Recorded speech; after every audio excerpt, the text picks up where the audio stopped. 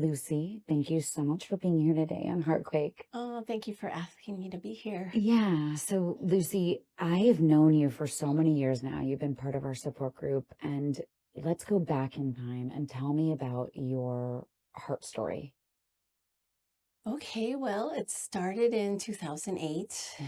with my regular general practitioner doctor who told me, "You have a heart murmur." And my response was like, "Heart schmurmur, like I'm fine." Yeah. And she How goes, old were you at the time? I was going to be, this was right before turning 40. Wow. And she sent me to, she said, "No, you have to get it seen, get it checked out." So I made an appointment with a cardiologist, and he went through my whole echocardiogram and everything and scared me. Just no bedside manner. Wow. What did he say? He was just like, shooting out all these symptoms like, do you wake up gasping for air? Do you almost faint? Do you like all these things? And I was just like, no, no, no. Like, I have no symptoms. Like, I'm fine. So he made you scared. Yeah, he made me very And scared. then what happened?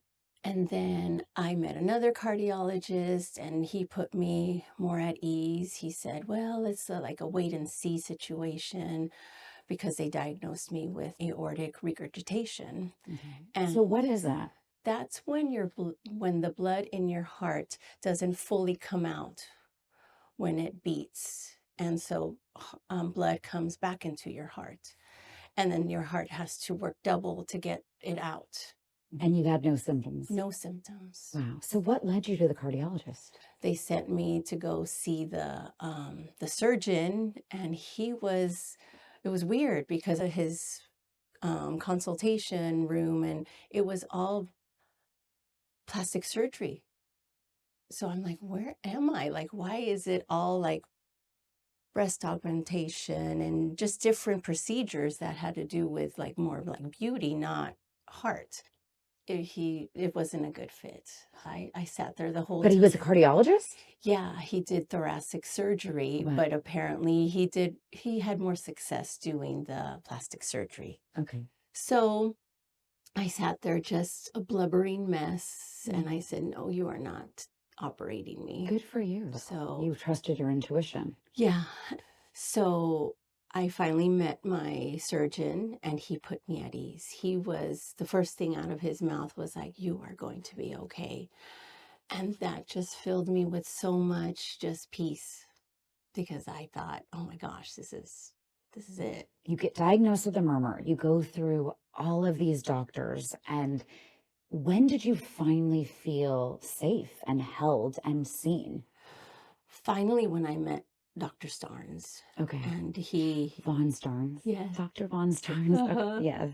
At at, USC. at USC, Okay. exactly. He's an amazing man. Yes, Okay. I feel like he saved my life. He made me feel like this was going to be okay. My journey wasn't going to be like the end. So, did it, went through it. What did you go through? Oh, they set up my surgery. It was going to be, I think, the 6th of February, and I got very sick. Mm. So they postponed my surgery till the 25th. He told me, "No, we cannot operate you if you have a slight cough. Right. You have to be like 100%." So I finally was, and we went in for the surgery. And all I remember is it was peaceful. Like it was Wow. So you peaceful. were on a ventilator? Yeah. Okay. I was on all of the machines and everything. I just remember going in. I was fine, laughing. I was laughing with my one of my mom's friends because my mom couldn't accompany me to the surgery. So I was with her best friend, and that was, So what did they do in the surgery? instead of repairing or replacing my aortic valve, they found an aneurysm Mm. in my aorta. Right. So that took precedence, and they put me on that machine that, the blood goes through the machine and back into you, but your heart is stopped. Wow. You're you're not your heart is not beating on its own. So do you have any I memory don't or remember that recollection? at all. Okay. I just woke up and I was still on the ventilator, so that part was a little bit scary to wake up to that. So what happened when they found an aneurysm? You're lucky, it sounds like, right? Because Oh, yeah. typically someone has an aneurysm and it's life threatening. Oh, yeah. I mean, I had a big test like the last week of December of 2008. January 2nd, my general doctor calls me and says, Lucy, you need a thoracic surgeon. You need one like ASAP because they found an aneurysm. Wow. So that was more scary than the actual valve. You were told that you were supposed to get a valve repaired, and I know that this is something that's been ongoing with you. Oh, yes. Dr. Starnes had said, we're going to do both procedures. So fix the aneurysm and replace your valve. And when my husband told me when I woke up, he's like, "Oh, you did so great. And they didn't need to do the valve replacement." I was like, still intubated. And I said, "Oh my gosh, I'm not going through this again." Like I couldn't talk Right. because I was intubated. But I remember saying that in my head and being upset. Yeah. Like, oh no, no, no, no, no, no, what's going on? But then when I finally they took out the intubation and everything, and I saw Dr. Starnes, and he explained it to me. No, we need to keep you with your own valve as long as you can have it working. So hopefully the regurgitation will fix itself. That's what usually happens in like 97% of the cases. Okay. But I'm that 3%. Oh, So it didn't fix itself. okay. And they've been watching me ever since. Okay. So where are you at now, 16 years later? 16 years later, I don't have symptoms of it getting worse, but my cardiologist is telling me that it is getting worse. Okay. So just this past December, I had to do a big test and I met with the surgical team in January. Okay. And I was very nervous about it because I was thinking, oh no, they're going to tell me I need surgery like next month. Yeah.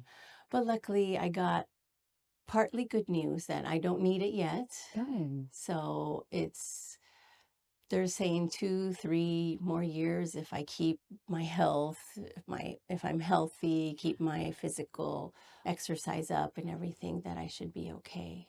So I say that part of being a patient requires patience. And you have had to go through so much waiting Yes. and wondering. hmm How do you manage that? It's hard. It's hard, but I just keep on thinking that I got through it and hopefully I'll just keep getting through it and hopefully my valve will last and I won't need the replacement. That's what I keep Mm. hoping. Well, and you give so much to everyone. And I love to say you're a first grade teacher and Zumba. Do you still Zumba? I know how much you I loved loved doing Zumba. that saved my life, I think, at post surgery. Zumba did? Zumba did. And I finally got like the guts and the feeling that it was safe for me to do that exercise. And I love the music, I love the dancing. So that's what really like it fed my heart, I guess, if you want to Yeah. say it that way. And it made me feel safe, like I could do it. Now I know that you've been through so much. You lost your sister. You're taking care of your parents. How do you still make time for your heart and yourself? I just know that I have to take care of it. And so I try, even though there's moments where I forget and I'm just like, gotta work here, gotta help these students, gotta help my parents, gotta help my daughter, gotta juggle so many things, but I have to remember me too. Yeah. And are you remembering you? I'm trying. What advice would you give a woman that maybe the woman that you were 16 years ago when you were initially diagnosed? Um, I would tell that person that you'll get through it and you might want to just go back to who you were before the surgery, but you're never going to be that person again. And that's okay. Yeah. Who That's are you going to okay. be after Heartquake? After Heartquake, you're going to be you're going to be better Mm. in different ways. I think you'll value you a little bit more than you did before, because before I remember I was just going and doing this, doing that, and not really paying attention to, okay, I got to slow down. So I think it was the universe telling me to slow down, the universe telling me, pause, take care of Lucy, Yeah. so it's kind of a hard lesson, but in the end, Yeah. it all worked out. When you reflect on your heart journey, what do you think of that word, heartquake? I think it says it all. Mm. It is a big quake. It's life-changing because, like I said before, you're not going to be the same person. You're going to be better.